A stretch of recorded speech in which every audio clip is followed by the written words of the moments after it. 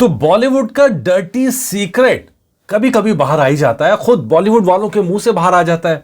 और जब बाहर आता है तो सुन के थोड़ी हैरानी होती है, थोड़ी बेचैनी होती है, क्योंकि इस डर्टी सीक्रेट्स ने, डर्टी गेम ने बहुत लोगों का करियर बर्बाद किया है और बहुत लोगों की जिंदगी भी ली है। नमस्कार, मेरा नाम है मनीष शर्मा और आप देख रहे हैं जनगणमन रिएक्ट्स @JGM रिएक्ट्स।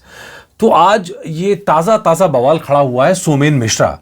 और सोमेन मिश्रा कौन है ये आपको बता दें, ये करण जौहर का जो धर्मा प्रोडक्शंस है उसका प्रोडक्शन मैनेजर है।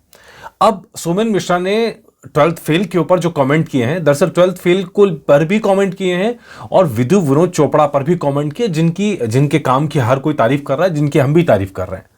लेकिन अगर सोमेन मिश्रा का दावा सही है तो कई सारे सवाल उठते हैं यहाँ पर।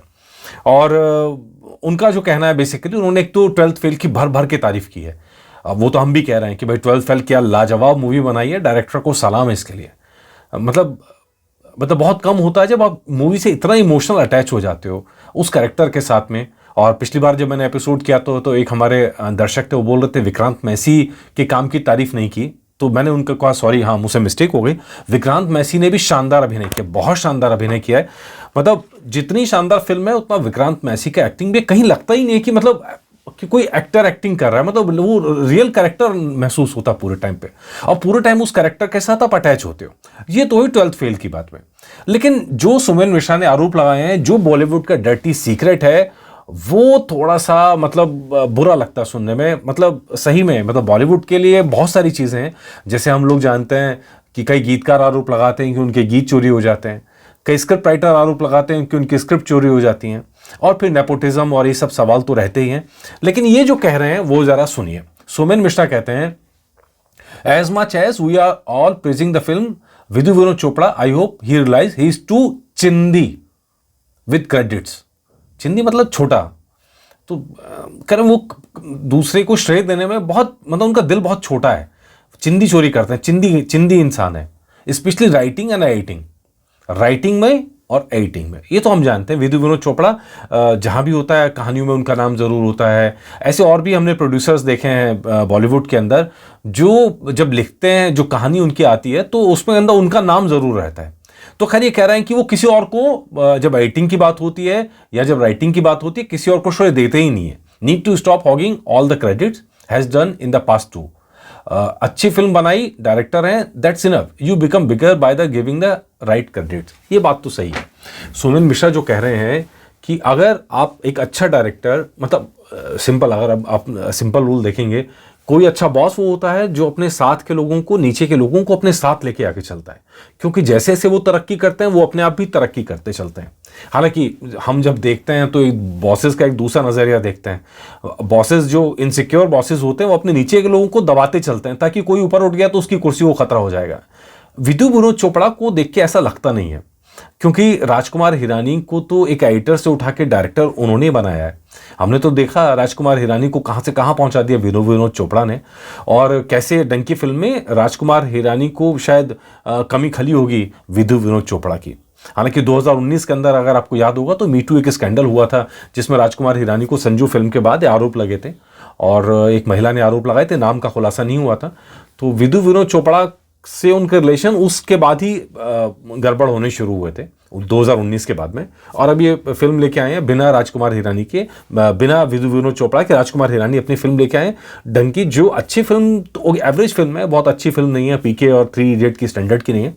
लेकिन ये सोमेन मिश्रा तो यहाँ सीधा सीधा आरोप लगा रहे हैं आपके विधु विनोद चोपड़ा पे कि भाई वो चिंदी चोरी करते हैं। अच्छा, ऐसा ही आरोप 2020 का भी है चेतन भगत 3 इडियट्स को लेके। उस समय 3 इडियट्स को लेके जो आरोप था, 3 इडियट्स को लेके चेतन भगत ने साफ साफ कहा था, जो इनकी वाइफ है अनुपमा, उनके साथ ट्विटर पर बयानबाजी हुई थी। उन्होंने कहा था कि विधु विनोद चोपड़ा ने मुझे मेरे क्रेडिट्स नहीं लेने दिए, मेरा जो उपन्यास है वो शुरू में नहीं रखा, कहानी में नाम नहीं, मेरा सारे क्रेडिट्स खुद ले गए, और जब कहानी की बात आई तो वो इनाम भी खुद ले गए। तो उनका आरोप तो दोनों पे था, बेसिकली राजकुमार हिरानी पे, विधु विनोद चोपड़ा पे। तो ये आरोप 2020 में लगे थे। तो खैर ऐसा एक नहीं है, ऐसे किस्से आते रहते हैं। ये बॉलीवुड का डर्टी गेम आप कह ले सकते हैं। अब इसकी सफाई तो खुद विधु विनोद चोपड़ा ही दे सकते हैं, क्योंकि जब हम इनके नाम देखते हैं तो इनके ऑफिशियली नाम में विधु विनोद चोपड़ा का नाम है, जस कंवर कोहली को राइटर हैं, और अनुराग पाठक एसोसिएट राइटर हैं, और आयुष सक्सेना एसोसिएट राइटर हैं जिन्होंने इस कहानी के डेवलपमेंट में योगदान दिया है। अब इनमें से किसका कितना योगदान है ये तो अगर कोई बता सकता है तो राइटर खुद बता सकता है या विदु विनोद चोपड़ा बता सकते हैं। हालांकि ये फिल्म ऑलरेडी एक नॉवल पर बेस्ड थी और अब ये पूरी कहानी ये आपके सामने हमने रख दी है जो कंट्रोवर्सी हुई। लेकिन जाते जाते एक मज़ेदार किस्सा आपको सुनाते हैं। 1977 का किस्सा है।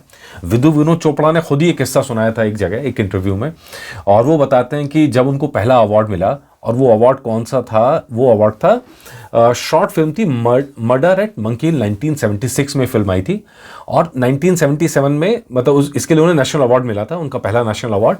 और वो नेशनल अवार्ड लेने दिल्ली आए और राष्ट्रपति से उनको अवार्ड मिलना था। तो विदु विनोद चोपड़ा कहते हैं कि मेरी उत्सुकता नेशनल अवार्ड में कम थी, मेरी उत्सुकता 4,000 रुपये में ज़्यादा थी जो उस वक्त मिलने वाले हैं। 4,000 रुपये उस वक्त के हिसाब से अच्छी खासी रकम थी।